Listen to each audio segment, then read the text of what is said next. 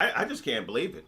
I mean, every single time I see an episode of this show, it just keeps getting better and better.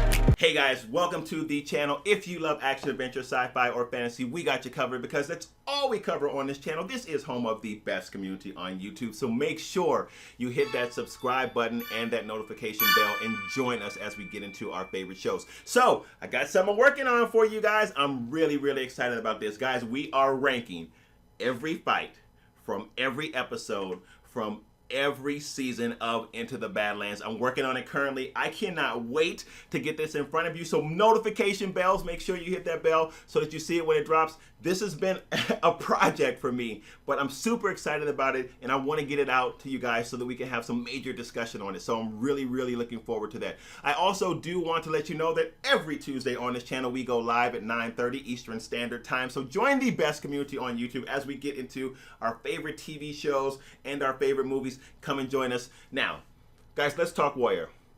Listen, man, I've said before that you really should be watching this show, and I'm gonna say, especially if you are an Into the Badlands fan and you're looking for a TV show that gives you that martial arts drama, you should be watching Warrior. Are they the same show? No, they are not. The fantasy element of Into the Badlands really separates it from Warrior. They are different shows, but is it a very good martial arts action drama?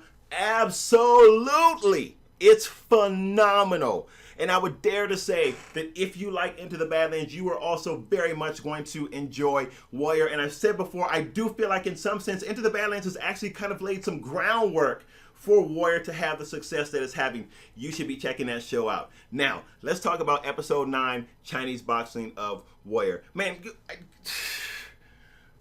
this show, man, it's phenomenal. It just keeps getting better and better. And one of the best things about this show is it's so multi-layered. Like, the characters are so interesting. The characters are so multi-dimensional. The drama is so tense. It's so well shot. It's so well executed. Cinematically, it's beautiful to watch, and how they have captured the essence of 1900 San Francisco and the essence and the culture of Chinatown at that time is absolutely fantastic. In this episode, there's a lot of things going on, but I want to focus primarily on two main things. Number one, I want to focus on the fight between Sahm and Yong, and I want to focus on the transformation of Mai Ling. So this episode was fantastic, man. The fight between those two was on point.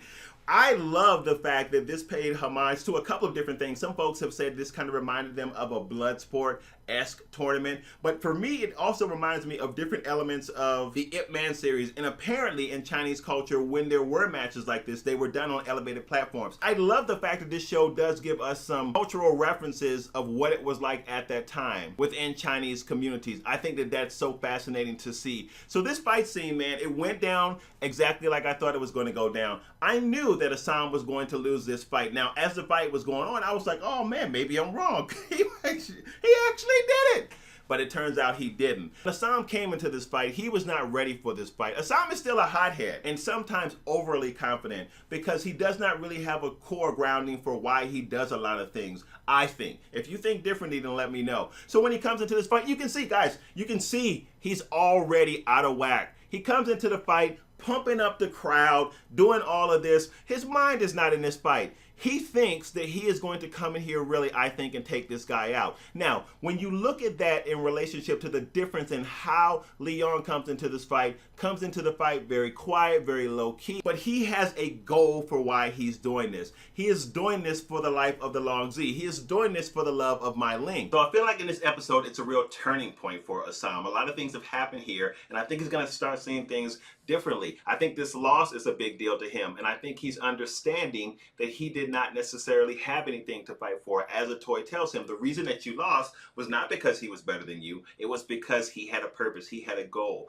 And a toy is trying to convince Sahm that your purpose can be the betterment of the Chinese people. That is your goal. That's what we're here for. And I think Sahm is hearing those words, and I think it's also important that a lot of other relationships seem to be severed in this episode as well. And we do know know that Young Jun comes to visit him and says, "This is the last time I will be able to talk with you." And it's a sentimental moment for both of them because Young Jun knows that Father Jin has pretty much disowned Sahm and he cannot stay connected to him as he once was. And then we have Mai Ling, who has essentially showed you really who she is by the fact that she was willing to kill her brother to advance her position. This is not the same woman that you once knew. Atoy is trying to convince him. I think her past has driven her to really want this position more than anything else, to the extent that she would kill her own brother to do so. Thank you guys so much for joining me on this video. This is the best community on YouTube, and listen, if you guys like Warrior, then good. We are covering every episode of it, so make sure